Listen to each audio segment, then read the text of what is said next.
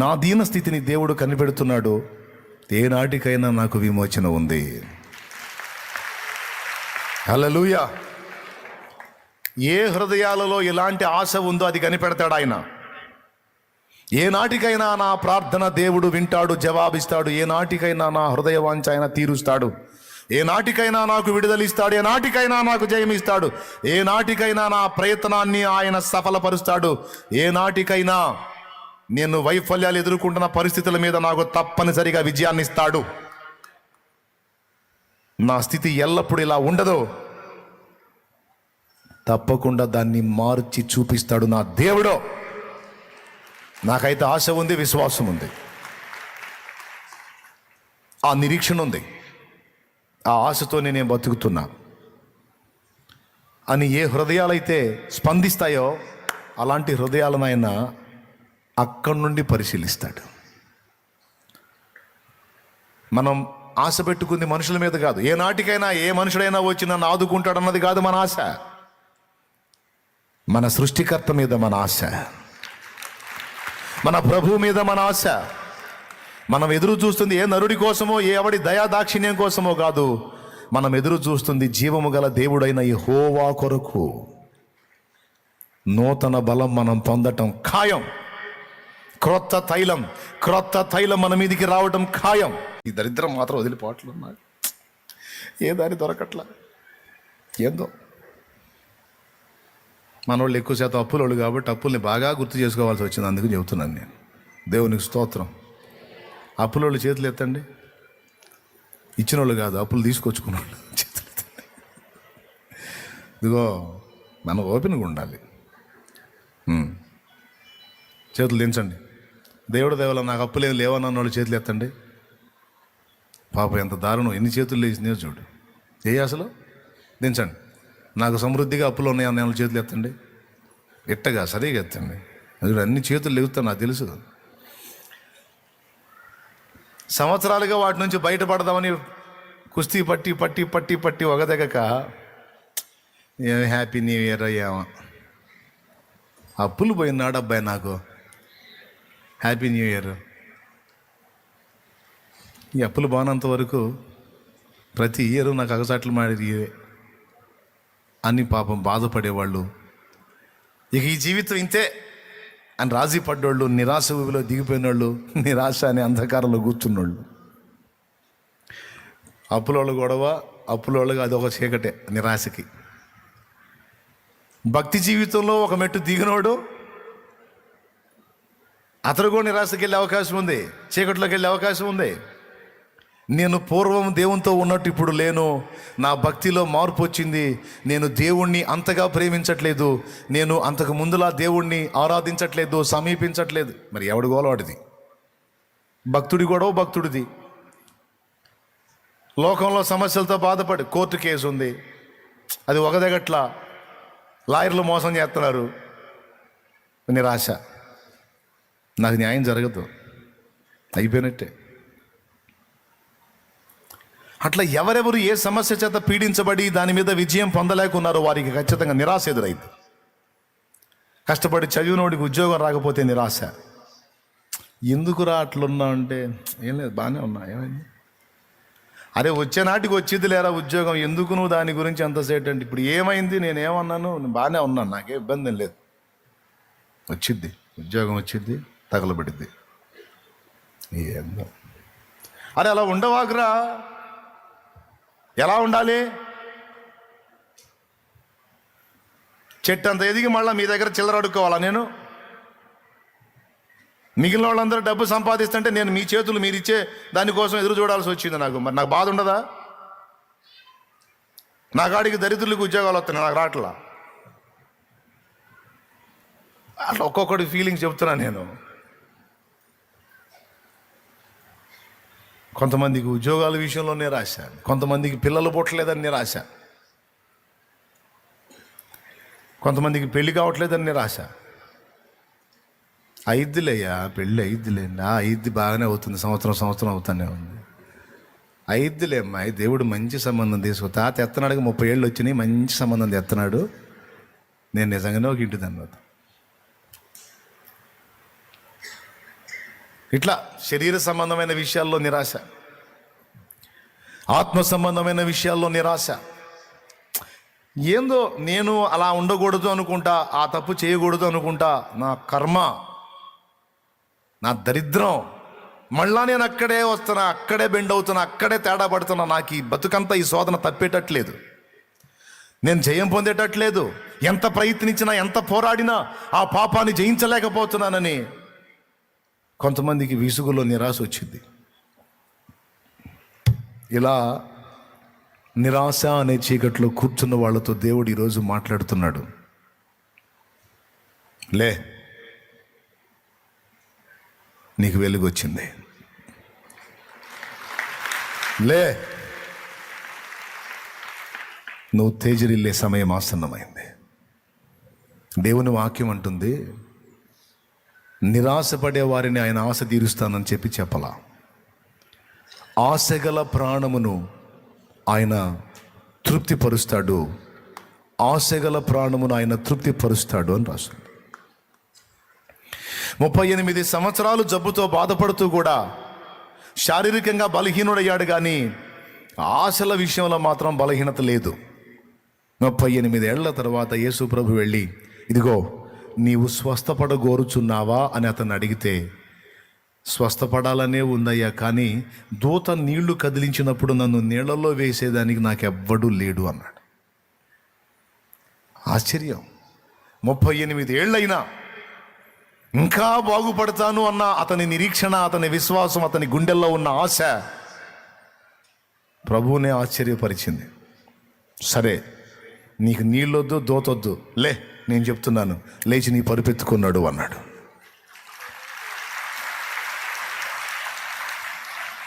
ఆ హృదయంలో నిరాశ లేదు, ఆశ ఉంది. ఏనాటికైనా నాకు విడుదల వచ్చింది, నేను బాగుపడతాను, దేవుడు నన్ను కనికరిస్తాడు, నా దీన స్థితిని దేవుడు చూస్తున్నాడు, తప్పకుండా ఏనాటికైనా ఆయన నాకు ఈ స్థితి నుంచి విడుదల ఇస్తాడు, నేను బాగుపడతాను అన్న ఆశను అతడు కోల్పోలా. నిజంగా అదే పరిస్థితి మనకొస్తే 38 ఏళ్ళు కాదు, 3 ఏళ్ళు కూడా ఉండదు మన ఆశ. 3 నెలల్లోనే ఒక అండర్స్టాండింగ్ వచ్చేస్తాం. 3 నెలలు ట్రై చేస్తాం, ఏమన్నా లైన్లోకి వచ్చే అవకాశం ఉందా అని. ఛాన్స్ కనపడలేదనుకో, ఇక ఫిక్స్. 3 నెలల తర్వాత లేదా 3 ఏళ్ల తర్వాత యేసు ప్రభు వచ్చి, నీవు స్వస్థపడు కోరుచున్నావా, నీవు లేచి నీ పరుపెత్తుకున్నాడు అంటే, ఏంది నీవు లేచి నీ పరుపెత్తుకున్నాడు ఏంది? నడిచేది 3 సంవత్సరాలు ఏడా, ఎన్ని 3 పెద్ద. ఇప్పుడు వచ్చి లే పరుపెత్తుకోవాలంటే, లేచే ఓపికంటే కాళ్ళు చేతులు కదిలి పని చేస్తుంటే ఎందుకు కూర్చుంటాం? అవి లేవకనేడు కూర్చుందే, మా చెప్పొచ్చావు భలే లేమంటున్నావే. కానీ వాడు 38 సంవత్సరాలు సీనియర్, కానీ అతని గుండెల్లో ఆశ చూసావా? ఏంటి ఆశ? నా దీన స్థితిని దేవుడు కనిపెడుతున్నాడు, ఏనాటికైనా నాకు విమోచన ఉంది. హల్లెలూయా. ఏ హృదయాలలో ఎలాంటి ఆశ ఉందో అది కనిపెడతాడు ఆయన. ఏనాటికైనా నా ప్రార్థన దేవుడు వింటాడు, జవాబిస్తాడు. ఏనాటికైనా నా హృదయ వాంఛ ఆయన తీరుస్తాడు. ఏనాటికైనా నాకు విడుదలిస్తాడు. ఏనాటికైనా నాకు జయమిస్తాడు. ఏనాటికైనా నా ప్రయత్నాన్ని ఆయన సఫలపరుస్తాడు. ఏనాటికైనా నేను వైఫల్యాలు ఎదుర్కొంటున్న పరిస్థితుల మీద నాకు తప్పనిసరిగా విజయాన్ని ఇస్తాడు. నా స్థితి ఎల్లప్పుడూ ఇలా ఉండదు, తప్పకుండా దాన్ని మార్చి చూపిస్తాడు నా దేవుడు. నాకైతే ఆశ ఉంది, విశ్వాసం ఉంది, ఆ నిరీక్షణ ఉంది. ఆ ఆశతోనే నేను బతుకుతున్నా అని ఏ హృదయాలైతే స్పందిస్తాయో అలాంటి హృదయాలను ఆయన అక్కడి నుండి పరిశీలిస్తాడు. మనం ఆశ పెట్టుకుంది మనుషుల మీద కాదు. ఏ నాటికైనా ఏ మనుషుడైనా వచ్చి నన్ను ఆదుకుంటాడు అన్నది కాదు మన ఆశ. మన సృష్టికర్త మీద మన ఆశ, మన ప్రభువు మీద మన ఆశ. మనం ఎదురు చూస్తుంది ఏ నరుడి కోసమో, ఏ ఎవడి దయాదాక్షిణ్యం కోసమో కాదు. మనం ఎదురు చూస్తుంది జీవము గల దేవుడైన యెహోవా కొరకు. నూతన బలం మనం పొందటం ఖాయం క్రొత్త తైలం మన మీదికి రావడం ఖాయం. నూతన వెలుగు, తేజస్సు మన మీద ఆవరించటం ఖాయం. మనల్ని ఆవరించిన అంధకారం తరిమి కొట్టబడటం ఖాయం. ఎంతమంది నమ్ముతున్నారు? కొంతమంది చేతులు కూడా నిరాశగా ఎత్తుతున్నారు.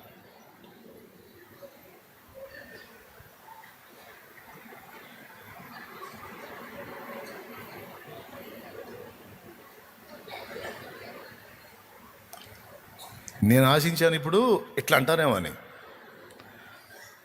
ఎంతమందికి విశ్వాసం ఉంది, ఎంతమంది ఎదురు చూస్తున్నారు, ఎంతమంది నమ్ముతున్నారు అంటే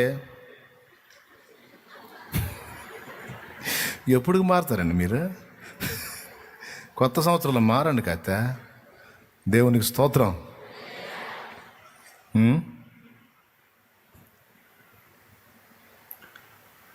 నిరాశ అనేది ఒక అంధకారం. ఆ ఒక్కదాన్ని నీ ముందు ఉంచాను నేను. దానిలో నుంచి నువ్వు బయటికి రావాలి. కూలబడ్డావు, కృంగిపోయావు, దిగజారిపోయావు, ఊబిలో దిగినట్టు దిగిపోయావు. లే, నేను ఉన్నవాడను అంటున్నాడు ఈవేళ దేవుడు.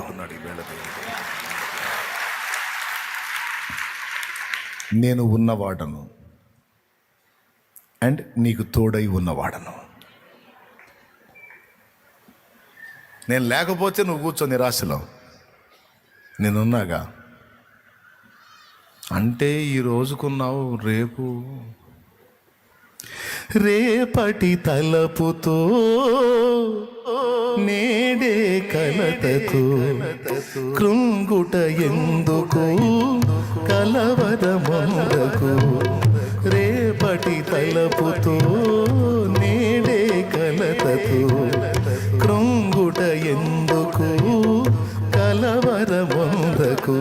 నమ్మదగిన వాడు నీ దేవుడు, సర్వకాలము నిన్ను విడువడు. వాగ్దానమే నీకుండగా భయమేలనే ప్రాణమా, వర్ణించగా సాధ్యమా నీపైన యేసయ్యకున్న ప్రేమ.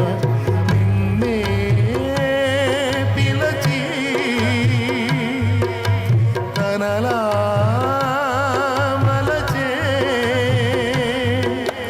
యేసుపై ఆనుకు నా ప్రాణమా, ఆ యేసునే నమ్ముకు అంతరంగమా. యేసుపై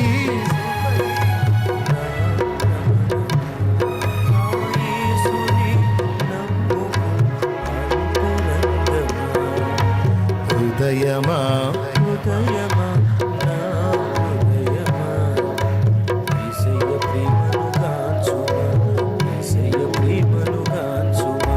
ప్రాణమా, ప్రాణమా, నా ప్రాణమా, యేసయ్య స్నేహము గోరుమా, యేసయ్య స్నేహము గోరు. హల్లెలూయా, హల్లెలూయా. రెండు కళ్ళు ఊడతీయబడి, జుట్టు తొలగించబడి, అభిషేకం కోల్పోయి, మహాబలుడు కాస్త బలహీనుడైపోయి ఉన్నవాడికి ఆశ ఉంటుందా? ఒకవేళ దేవుడు బలం ఇచ్చినా కళ్ళు లేవు కాబట్టి ఏమైనా చేయగలడా? ఆశ ఉండదు. కానీ శాంసన్ గురించి ఎక్కడ రాశాడో తెలుసా? హెబ్రీ పత్రిక 11లో రాశాడు. ఏ జాబితాలో రాశాడో తెలుసా? విశ్వాస వీరుల జాబితాలో రాశాడు. కొడితే గట్టి కొట్టండి, లేకపోతే సర్దుకోండి.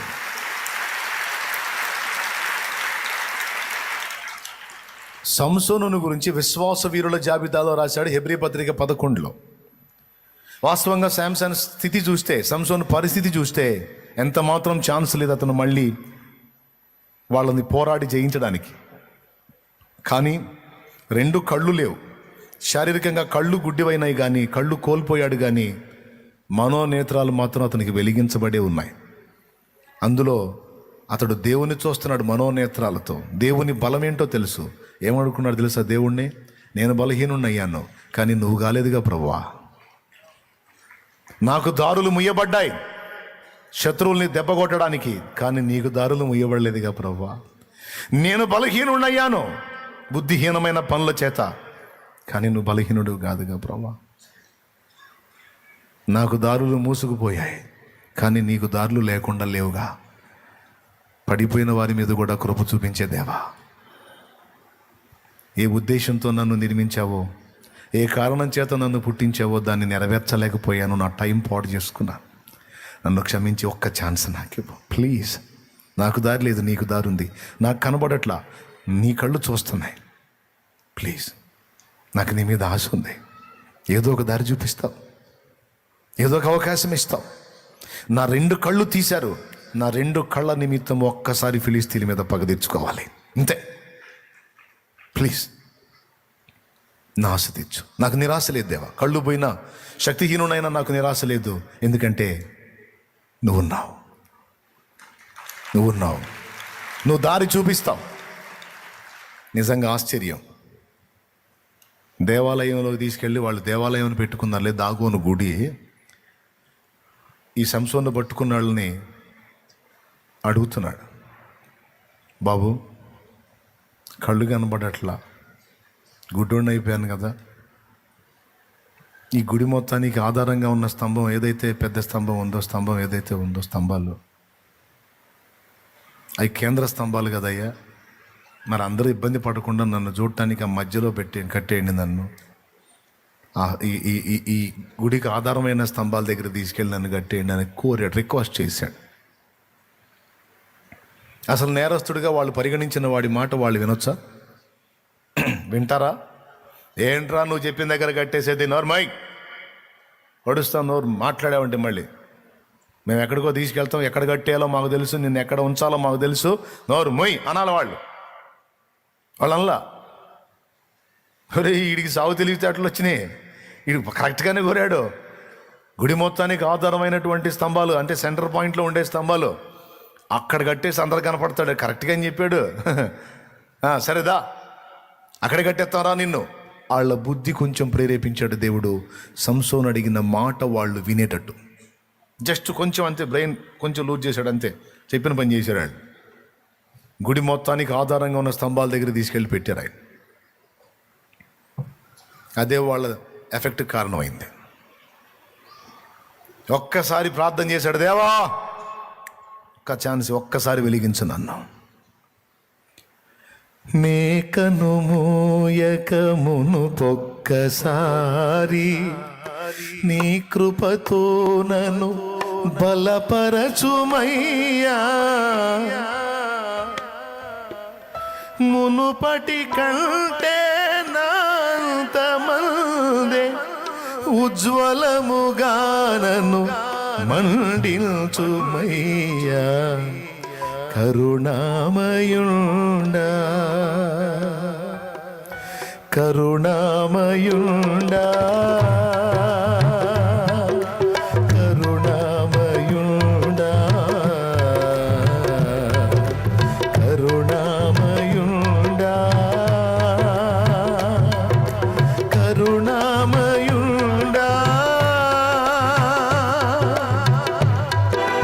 కరుణామయుడా, బలహీనుల మీద కనికరం చూపువాడా.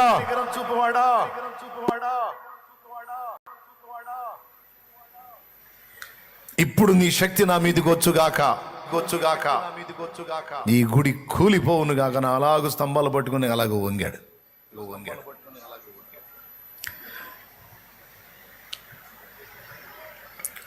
కరుణామయుండా వాళ్ళు నవ్వుకుంటున్నారు. దేవుణ్ణి వేడుకున్నాడు, దేవా దేవా దేవా దేవా దేవా దేవా దేవా దేవునికి స్తోత్రం, హల్లెలూయా హల్లెలూయా హల్లెలూయా. కరుణామయుండా కరుణామయుండా కరుణామయుండా కరుణామయుండా కరుణామయుండా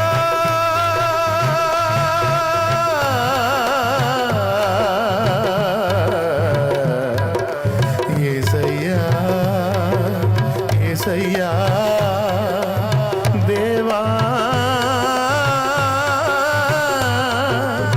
దేవా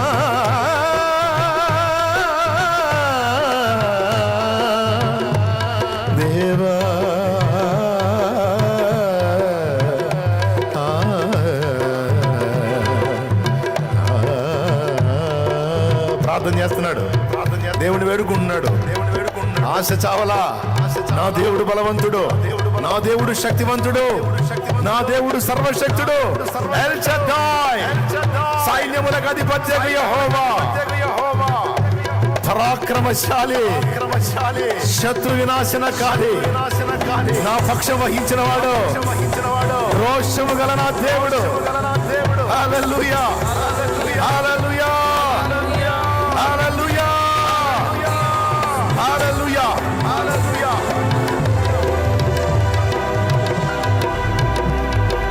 అక్కడేం మిగల్లాయిగా ధ్వంసం.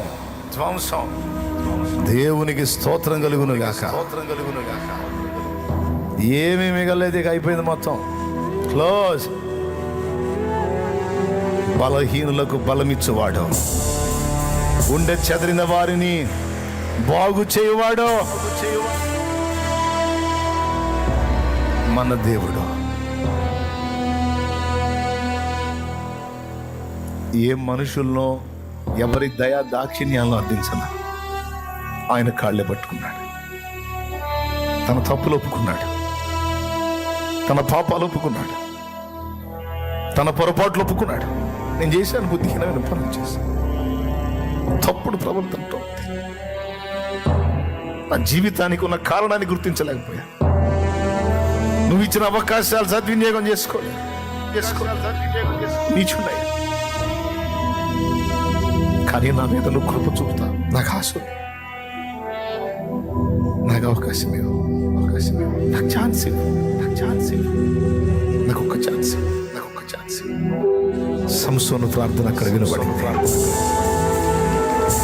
తన దాసుని దీన ప్రార్థన దేవుని హృదయాన్ని కదిలించింది. జవాబు ఇవ్వకుండా ఉండలేకపోయాడు, స్పందించకుండా ఉండలేకపోయాడు. నిన్ను పట్టించుకోనల్లా.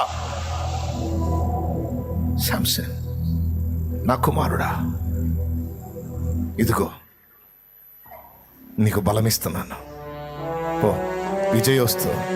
హల్లెలూయా, హల్లెలూయా. నా కుమారుడు, ఇదిగో నీకు మళ్ళా నేను బలం ఇస్తున్నాను, వాళ్ళ అభిషేకం నీ మీదకి పంపుతున్నాను. ఓ జయము నీదే, ఎవడు గెలవలేడు పో.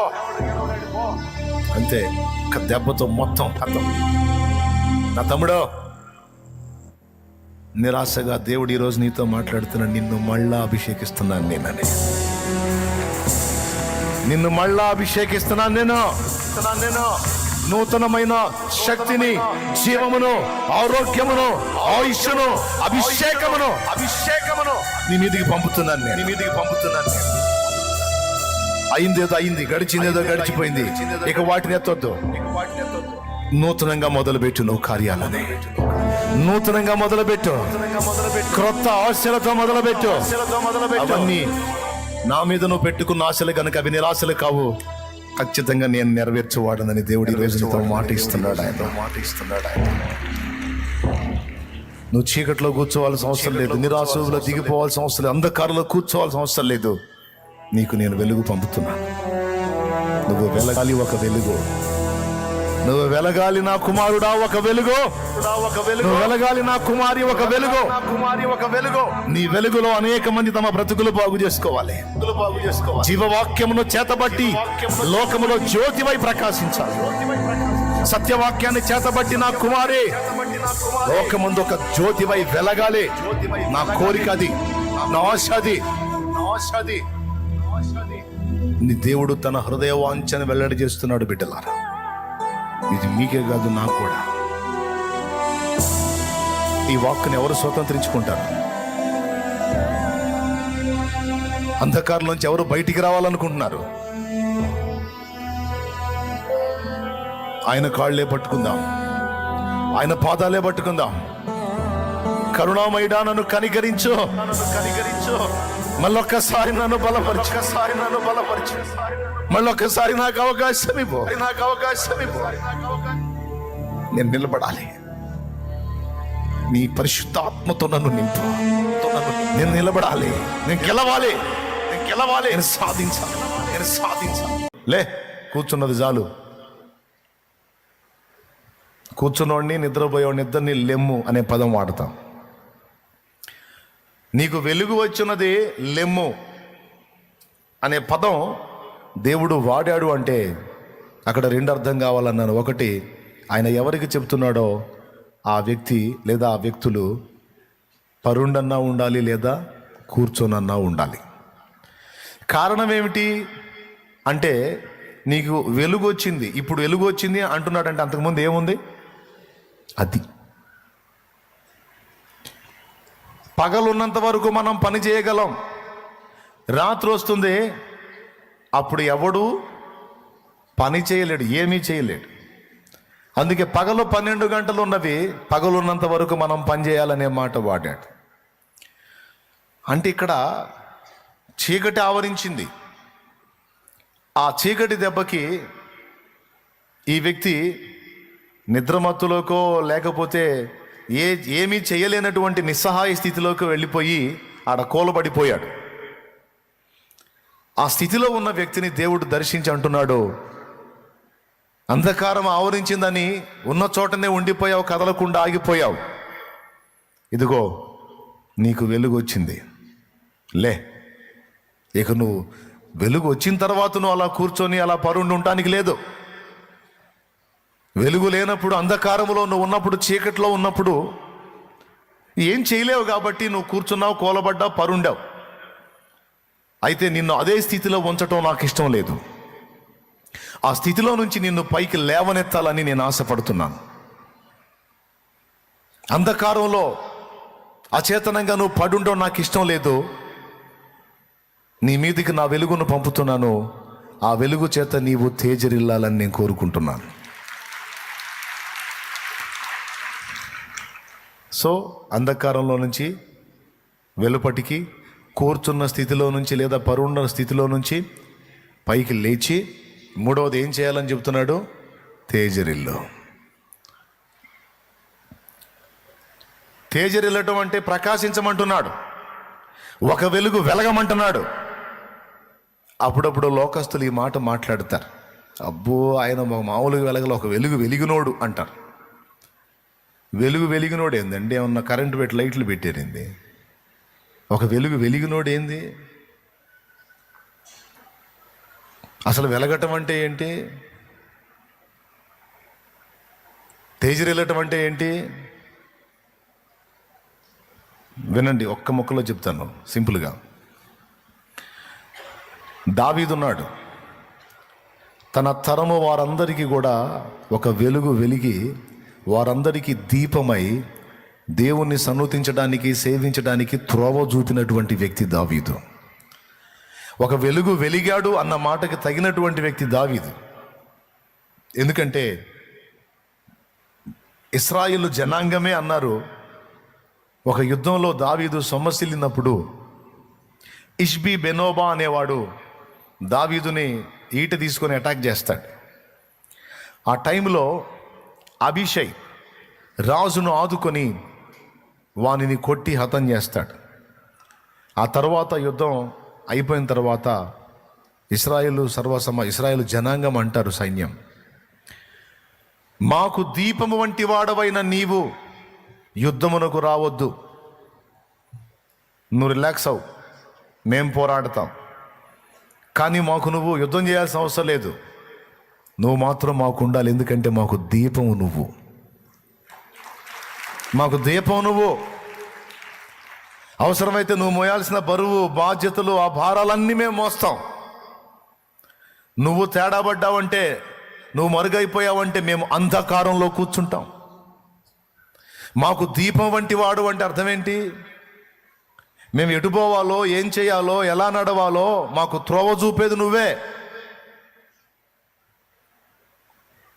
అమ్మో, నువ్వు డ్యామేజ్ అయిపోతే, నువ్వు ఎఫెక్ట్ అయిపోతే మా గతేంటి?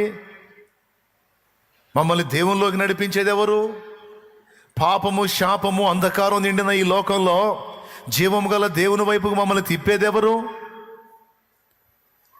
ఆయన సన్నుతిని మాకు నేర్పేదెవరు? మా చేత ఆరాధన చేయించేవాడెవరు? ఆయన గురించి గొప్ప గొప్ప విషయాలు మాకు చెప్పేవాడెవరు? ఆయనలో ఉన్న ఆనందాన్ని, మాధుర్యాన్ని అనుభవించి మాకు అవగాహన కలిగించే వాళ్ళు ఎవరు? గనుక నువ్వు ఇబ్బంది పడితే మాకు చాలా ప్రాబ్లం అయిపోతుంది. కాబట్టి మేమందరం ఇదైనా ఇబ్బంది లేదు, కానీ నువ్వు మాత్రం క్షేమంగా ఉండాలి.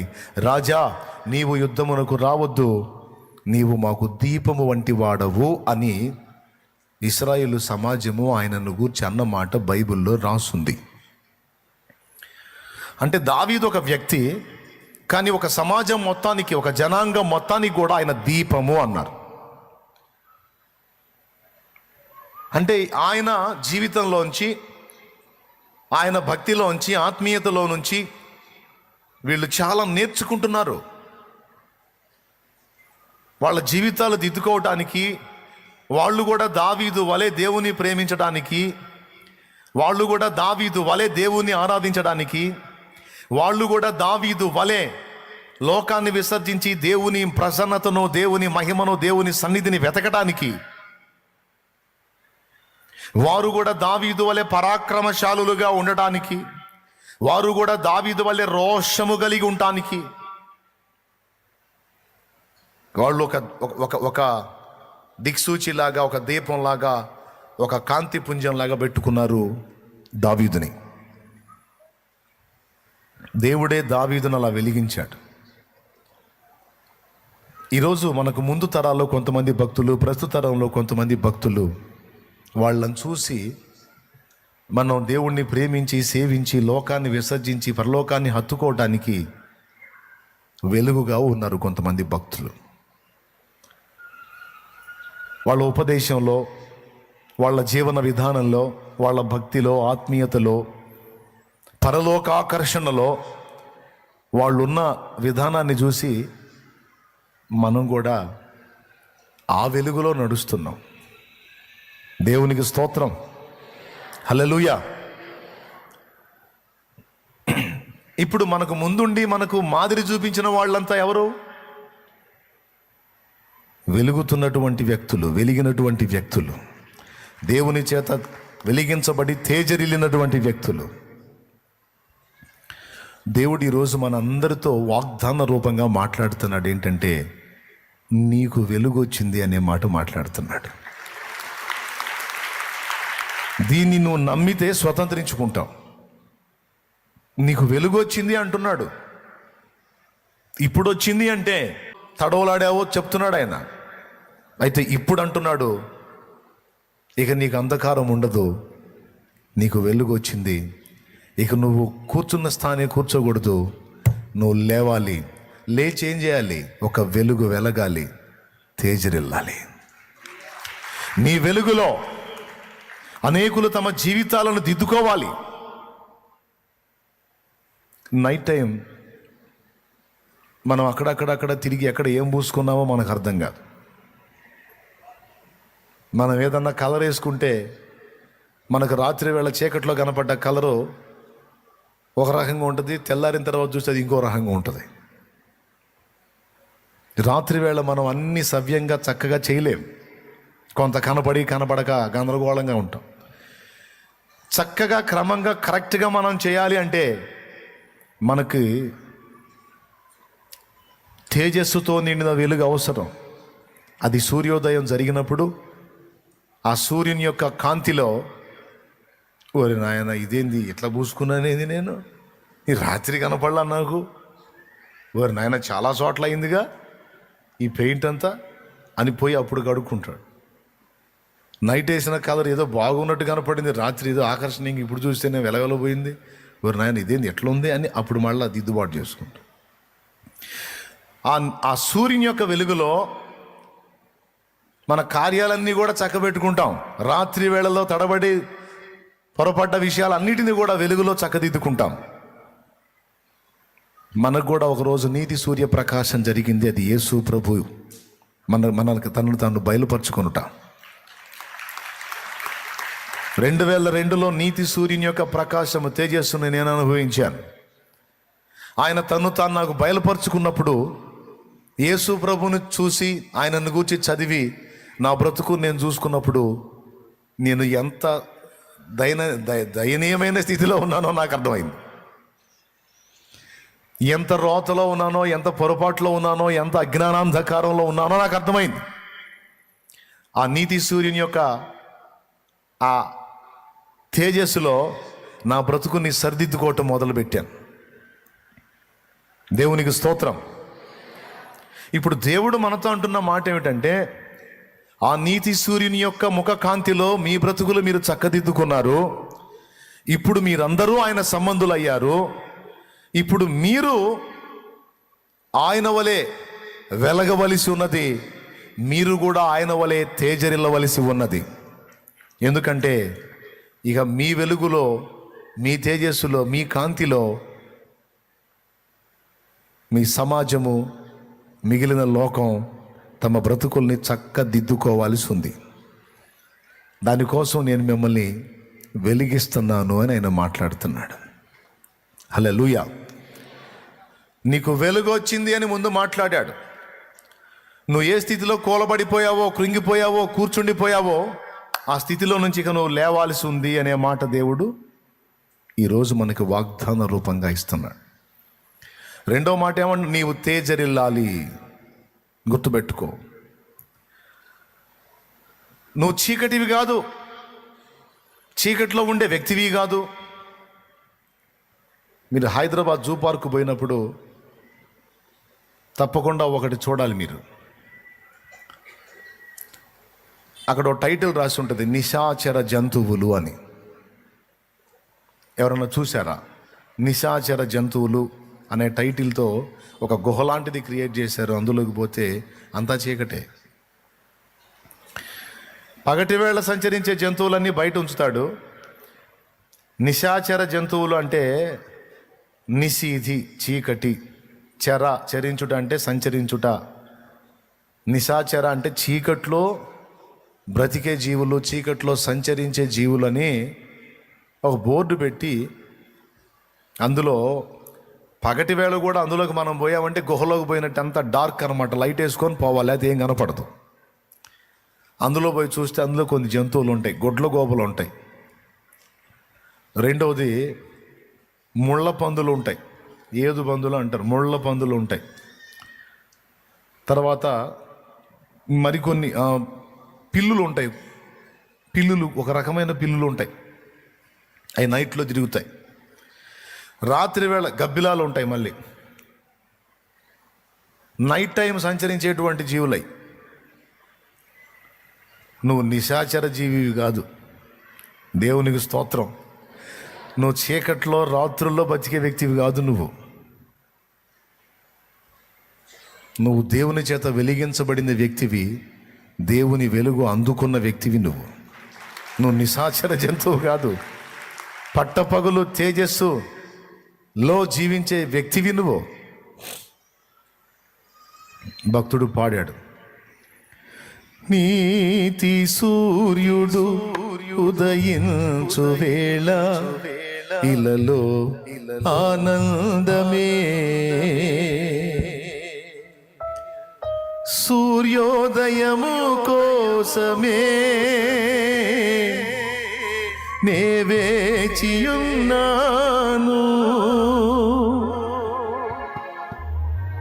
నీతి సూర్యుడు ప్రకాశిస్తే ఇలలో ఆనందం. మనందరి మీద ఆయన వెలుగు ప్రకాశించింది.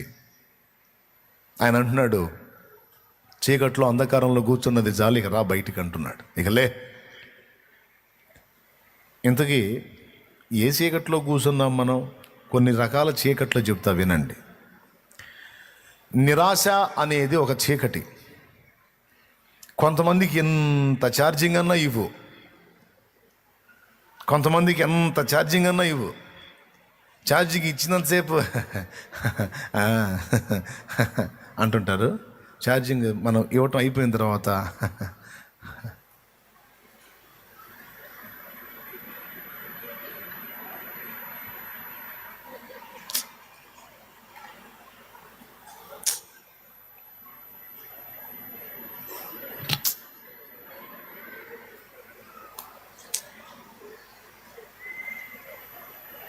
ఏంది? ఏం లేదు. ఏంది? ఏం లేదు. ఏందో అంత. అలాంటి ముఖాలు చూస్తే మనకు కూడా నిరాశ వచ్చింది. మనకు ఎక్కిన ఛార్జింగ్ కూడా దిగిపోయింది వాళ్ళ ముఖాలు చూస్తే. నేను సైతాను కూడా భయపడ్ను, కానీ ఈ నిరాశవాదులకు మాత్రం మహా భయం నాకు, వాళ్ళని చూస్తే భయం నాకు నిజంగా అండి. సైతాన్ని కూడా లెక్క చేయను నేను. మనుషుల్లో కూడా ఈ నిరాశ రోగం ఉంటుంది చూడు, వాళ్ళంటే మహాభయం నాకు. కాస్త కోస్త దేవుణ్ణి బట్టి మనం కాస్త ఛార్జింగ్ రేజ్ చేసుకుంటే వాళ్ళ దిక్కుమాలిన మోకాలతో దిక్కుమాలిన ఫీలింగ్స్తో మనకున్న ఛార్జింగ్ ఒక దెబ్బతో దించి పడేస్తారు. కాసేపు వాళ్ళ మొఖాలు చూసి వాళ్ళతో కూర్చున్నామంటే ఇక మనం కూడా అనుకుంటే వాళ్ళంటే భయం నాకు. రా బయటికి రా, నీకు వెలుగు వచ్చిందని బయటికి తెద్దామంటే ఈ మానసిక రోగులు చీకట్లో కూర్చున్నట్టు, మానసిక రోగులను చూసారా మీరు, అటు వెలుగులోకి రాడు. తలుపులు వేసుకుంటాడు, లైట్లన్నీ ఆర్పేసుకుంటాడు, అంధకారం చేసుకొని లోపల కూర్చుంటాడు. పొరపాటున ఎరగనోడుగా నా గదిలో పోయి లైట్ వేసాడంటే వాడు ఆకారం చూసి దడుచుకుంటాడు. ఎందుకంటే ఆ పొజిషన్లో వాడు ఉన్నాడన్న సంగతి కూడా మనకు అర్థం కాకుండా కూర్చుంటాడు నిశ్శబ్దంగా నిశీదిలో. మీకు తగిలేరా ఎక్కడన్నా? మానసిక రోగుల స్థితి అది. నిరాశ చీకటి, ఆశలు చల్లారిపోయి, ఆశలు ఆవిరైపోయి, నిరాశలోకి వెళ్ళిపోయి ఇక ఈ జీవితం ఇంతే, ఇంకా లేదు అవకాశం అని రాజీ పడిపోయి నిరాశని పెళ్లి చేసుకొని ఆ నిరాశతోనే కాపురం పెట్టినటువంటి వ్యక్తుల సంగతి చెబుతున్నాను నేను. దేవుని వాక్యం అంటుంది, ఆశగల ప్రాణమును ఆయన తృప్తిపరుస్తాడు అని. నేను ఒక పాటలో పాడుకున్నాను నిరాశని ఒక ఊబితో పోల్చి. వేకువ కోసం కావలివాడు ఆశతో వేచినట్లు, కలత నిండిన నా హృదయం నీకై చూచుచున్నది. నిరాశ ఊబి దిగిరాంది, నీపై ఆశ బ్రతికించింది, నన్ను నిలిపింది. నిరాశ ఊబి అయిపోయిందిరా, నీ పని అయిపోయిందిరా, ఇంకెక్కడ లైఫ్ మొత్తం కొలాప్స్ అయిపోయింది, ఇంకెక్కడ మా ఆశలు లేదు, నువ్వు ఏం చేసినా లేదు, నీ బతుకు ఇంతే, నీ కథ అంతే, అంతే ఇంతే ఇంతే అంతే, మారదు, అయిపోయింది, జరగాల్సిన తేడాలన్నీ జరిగిపోయినాయి, ఇంకా లేదు ఛాన్స్. ఒక నిలుక ఇయ్యని అగాధ దొంగ ఊబి అది నిరాశ, అంధకారం అది. నిరాశ ఊబి దిగిరాంది, నీపై ఆశ నన్ను నిలిపింది. మరేం చేయాలి? నీవే చేరకుంటే, నన్ను చేరదీయకుంటే, నీవే చేరకుంటే, నన్ను చేరదీయకుంటే, కన్నీళ్లలో నేనుంటాను, కలలా ముగిసిపోతాను. కన్నీళ్లలో నేనుంటాను, కలలా ముగిసిపోతాను. యేసుని కోసం వెదికే నా ప్రాణం, నా తండ్రి నీ కోసం ఈనారాటం. కాలాలు మారిపోతున్నా, నీకు చేరువ కాలేకున్నా, నా సమీపానను నిలుచున్నా, నిన్ను చేరలేక నీ కోసం వెదికే నా ప్రాణం, నా తండ్రి నీ కోసం ఈనారాటం.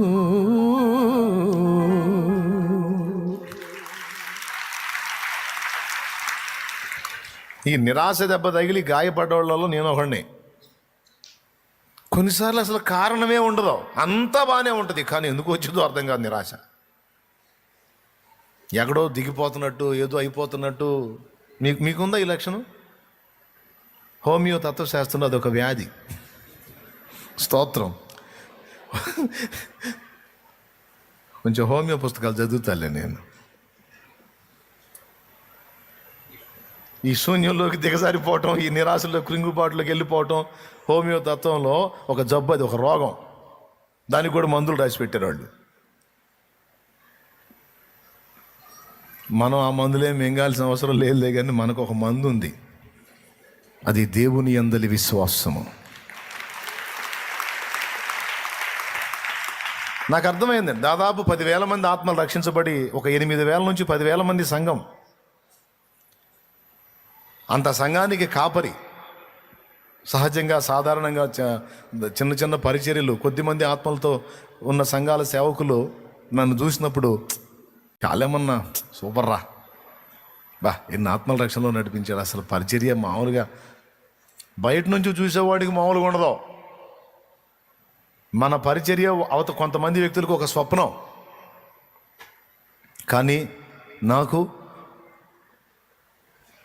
నిరాశ ఊబి. మెయిన్ ఒకటే, ప్రారంభంలో నేను నీతో ఉన్నాను, నువ్వు నాతో ఉన్నావు, మన మధ్య ఉన్న అనుబంధం అది వేరే లెవెల్లో ఉంది. ఇప్పుడు ఈ పని, పరిచర్య, భారాలు, బాధ్యతలు అనే ఏర్పడి నీకు నాకు మధ్య పెద్ద అగాధం ఏర్పడ్డట్టుంది ప్రభువా. అవతలి ఒడ్డు నువ్వు కనపడుతున్నావు, దగ్గరలోనే ఉన్నావు, నిన్నొచ్చి అందుకోలేకపోతున్నాను. కాలాలు మారిపోతున్నాయి, సంవత్సరాలు దొర్లిపోతున్నాయి, నీకు చేరువు కాలేకపోతున్నాను, నిన్ను చేరలేకపోతున్నాను. నాకు అన్నిటికంటే బాధాకరం మన వైవాహిక తొలి ప్రేమ. నేను ఈరోజు కలిగి లేను అనేది గుర్తించి కృంగిపోయాను. ఆ వేదన నన్ను ఎక్కడికి తీసుకెళ్ళిందంటే, అంటే అది నేను అనుభవించినోడికి నాకు అర్థమైంది, కానీ మామూలు వాళ్ళకి ఇది అర్థం కాకపోవచ్చు. నేను చేయగలిగింది ఏమి లేదు. నా మెట్టుకు మీరు కూడా వచ్చినప్పుడు ఆ ఫీలింగ్స్ మీకు అర్థమవుతాయి. స్తోత్రం, హల్లెలూయా. ఆ వేదంలో దేవునితో నేను పలికిన ప్రార్థనే ఆ పాట. అదొక అంధకారం, అదొక చీకటి. అందుకే నేను పరిశుద్ధాత్మ దేవుడు నాకు ఇచ్చిన మెళకువ ఏంటంటే, నిరాశ ఊబి నిన్ను లాగుతుంది, దానిలోనికి దిగిపోతావా? దేవుని యందలి నిరీక్షణ కలిగి, ఆశ కలిగి ఆయన వైపు చూస్తావా?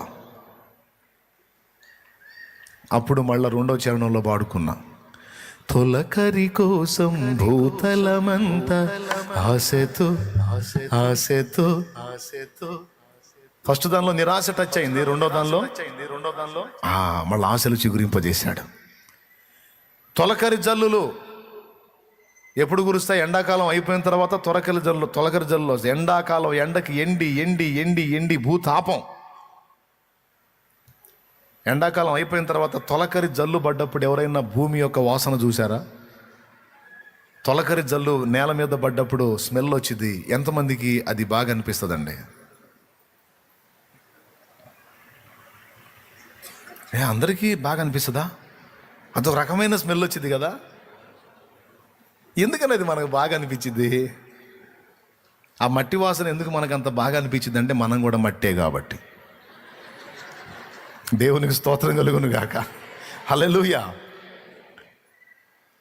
అప్పటిదాకా భూమి తాపంతో అల్లాడిపోయి దేవుడు పంపించే తొలకరి జల్లుల కోసం మిగులు ఆశతో చూస్తూ ఉంటుంది.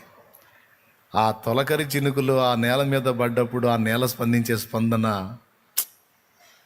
అక్కడ ఆ ఉత్పత్తి అయ్యే స్మెల్ మనకి సాక్ష్యం, అంటే భూమి సంతోషిస్తున్నట్టు మనకు అర్థమైంది.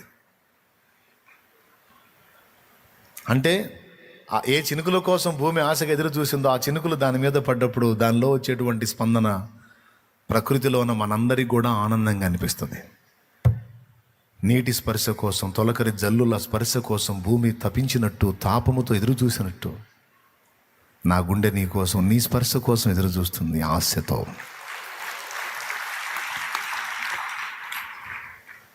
నిరాశ అనేది మరి వేరే వాటి విషయంలో రావడానికి లేదు నాకు. ఎందుకంటే నేను శరీర సంబంధమైన విషయాల గురించి పట్టించుకునే రకం కాదు. అప్పులైనా, తిప్పలైనా, బాధలైనా, ఇరుకులైనా, నిందలైనా, అవమానాలైనా, ఇబ్బందులైనా, ఇవన్నీ మనం లెక్క చేసే వ్యవహారం కాదు. ఎందుకంటే శ్రమల రూపంలో భౌతికంగా నాకు ఎదురవుతున్నవన్నీ కూడా మరో రూపంలో ఉన్న దీవెనలు. నాకు తెలుసా సంగతి. అంటే మీలో కొంతమందికి అర్థం కాక గందరగోళం అయిపోతుంటారులే, కానీ శ్రమల రూపంలో మనకు కనబడుతున్నవి మారు రూపములో ఉన్న ఆశీర్వాదములు. అది నేను అర్థం చేసుకోగలను. ఒక నిందొచ్చినా, ఒక అవమానం వచ్చినా, ఒక మాట నన్ను ఎవడన్నా అన్నా, నేను ఒక మాట పడినా, తృణీకారం పొందినా, ఆర్థిక ఇబ్బంది అయినా, ఎక్సెట్రా ఎక్సెట్రా, అది ఏదైనా సరే, అది నాకంత ఇబ్బందికరమైన అంశం కాదు. అది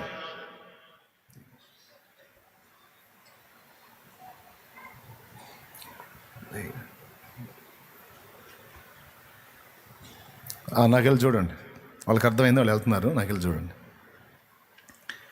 స్తోత్రం చెప్పండి. మీలో కొంతమంది నిరాశలో దిగిపోవడానికి సంవత్సరాలుగా మీరు పీడించబడుతున్న అప్పులో సమస్య కావచ్చు. సంవత్సరాలు మారిపోతుంది, ఈ దరిద్రం మాత్రం వదిలిపోవట్లేదు, నాకు ఏ దారి దొరకట్లా. ఏందో మనోళ్ళు ఎక్కువ శాతం అప్పులోళ్ళు కాబట్టి అప్పుల్ని బాగా గుర్తు చేసుకోవాల్సి వచ్చింది. అందుకు చెబుతున్నాను నేను. దేవునికి స్తోత్రం. అప్పులోళ్ళు చేతులు ఎత్తండి. ఇచ్చిన వాళ్ళు కాదు, అప్పులు తీసుకొచ్చుకున్న వాళ్ళు చేతులు ఎత్తండి. ఇదిగో మనం ఓపెన్గా ఉండాలి. చేతులు దించండి. దేవుడు దేవుల నాకు అప్పులేం లేవన్న వాళ్ళు చేతులు ఎత్తండి. పాపం ఎంత దారుణం, ఎన్ని చేతులు లేచినాయో చూడు. అసలు దించండి. నాకు సమృద్ధిగా అప్పులు ఉన్నాయన్న వాళ్ళు చేతులు ఎత్తండి. ఎట్టగా సరిగా ఎత్తండి. అది అన్ని చేతులు లేవుతాను, నాకు తెలుసు. సంవత్సరాలుగా వాటి నుంచి బయటపడదామని కుస్తీ పట్టి పట్టి పట్టి పట్టి ఒకదగక ఏమి హ్యాపీ న్యూ ఇయర్ అయ్యామా. అప్పులు పోయినాడు అబ్బాయి, నాకు హ్యాపీ న్యూ ఇయర్. ఈ అప్పులు బాగున్నంత వరకు ప్రతి ఇయర్ నాకు అగసాట్లు మాడి అని పాపం బాధపడేవాళ్ళు, ఇక ఈ జీవితం ఇంతే అని రాజీ పడ్డోళ్ళు, నిరాశ ఊబిలో దిగిపోయిన వాళ్ళు, నిరాశ అనే అంధకారంలో కూర్చున్నోళ్ళు. అప్పులోళ్ళు గొడవ, అప్పులోళ్ళగా అది ఒక చీకటే నిరాశకి. భక్తి జీవితంలో ఒక మెట్టు దిగినోడు అతడు కూడా నిరాశకి వెళ్ళే అవకాశం ఉంది, చీకట్లోకి వెళ్ళే అవకాశం ఉంది. నేను పూర్వం దేవునితో ఉన్నట్టు ఇప్పుడు లేను, నా భక్తిలో మార్పు వచ్చింది, నేను దేవుణ్ణి అంతగా ప్రేమించట్లేదు, నేను అంతకు ముందులా దేవుణ్ణి ఆరాధించట్లేదు, సమీపించట్లేదు. మరి ఎవడి గోలవాడిది? భక్తుడి గొడవ భక్తుడిది. లోకంలో సమస్యలతో బాధపడి కోర్టు కేసు ఉంది, అది ఒకదగట్లా, లాయర్లు మోసం చేస్తున్నారు, నిరాశ. నాకు న్యాయం జరగదు, అయిపోయినట్టే. అట్లా ఎవరెవరు ఏ సమస్య చేత పీడించబడి దాని మీద విజయం పొందలేకున్నారో వారికి ఖచ్చితంగా నిరాశ ఎదురైంది. కష్టపడి చదివినోడికి ఉద్యోగం రాకపోతే నిరాశ. ఎందుకురా అట్లున్నా అంటే, ఏం లేదు, బాగానే ఉన్నా, ఏమైంది? అరే వచ్చే నాటికి వచ్చింది లేరా ఉద్యోగం, ఎందుకు నువ్వు దాని గురించి అంతసేటు అంటే, ఇప్పుడు ఏమైంది, నేనేమన్నాను, నేను బాగానే ఉన్నాను, నాకే ఇబ్బంది లేదు. వచ్చిద్ది ఉద్యోగం, వచ్చిద్ది, తగలబడిద్ది. ఏందో అరే అలా ఉండవాకురా. ఎలా ఉండాలి? చెట్టు అంత ఎదిగి మళ్ళీ మీ దగ్గర చిల్లర అడుక్కోవాలా నేను? మిగిలిన వాళ్ళందరూ డబ్బు సంపాదిస్తుంటే నేను మీ చేతులు మీరు ఇచ్చే దానికోసం ఎదురు చూడాల్సి వచ్చింది. మరి నాకు బాధ ఉండదా? నా కాడికి దరిద్రులకు ఉద్యోగాలు వస్తున్నాయి, నాకు రావట్లా. అట్లా ఒక్కొక్కటి ఫీలింగ్స్ చెప్తున్నా నేను. నా దీన స్థితిని దేవుడు కనిపెడుతున్నాడు. ఏ నాటికైనా నాకు విమోచన ఉంది. హల్లెలూయా. ఏ హృదయాలలో ఎలాంటి ఆశ ఉందో అది కనిపెడతాడు ఆయన. ఏ నాటికైనా నా ప్రార్థన దేవుడు వింటాడు, జవాబిస్తాడు. ఏ నాటికైనా నా హృదయ వాంఛ ఆయన తీరుస్తాడు. ఏ నాటికైనా నాకు విడుదలిస్తాడు. ఏ నాటికైనా నాకు జయమిస్తాడు. ఏ నాటికైనా నా ప్రయత్నాన్ని ఆయన సఫలపరుస్తాడు. ఏ నాటికైనా నేను వైఫల్యాలు ఎదుర్కొంటున్న పరిస్థితుల మీద నాకు తప్పనిసరిగా విజయాన్ని ఇస్తాడు. నా స్థితి ఎల్లప్పుడూ ఇలా ఉండదు, తప్పకుండా దాన్ని మార్చి చూపిస్తాడు నా దేవుడు. నాకైతే ఆశ ఉంది, విశ్వాసం ఉంది, ఆ నిరీక్షణ ఉంది. ఆ ఆశతోనే నేను బతుకుతున్నా అని ఏ హృదయాలైతే స్పందిస్తాయో అలాంటి హృదయాలను ఆయన అక్కడి నుండి పరిశీలిస్తాడు. మనం ఆశ పెట్టుకుంది మనుషుల మీద కాదు. ఏ నాటికైనా ఏ మనుషుడైనా వచ్చి నన్ను ఆదుకుంటాడు అన్నది కాదు మన ఆశ. మన సృష్టికర్త మీద మన ఆశ. మన ప్రభు మీద మన ఆశ. మనం ఎదురు చూస్తుంది ఏ నరుడి కోసమో, ఏ ఎవడి దయా దాక్షిణ్యం కోసమో కాదు. మనం ఎదురు చూస్తుంది జీవము గల దేవుడైన యెహోవా కొరకు. నూతన బలం మనం పొందటం ఖాయం.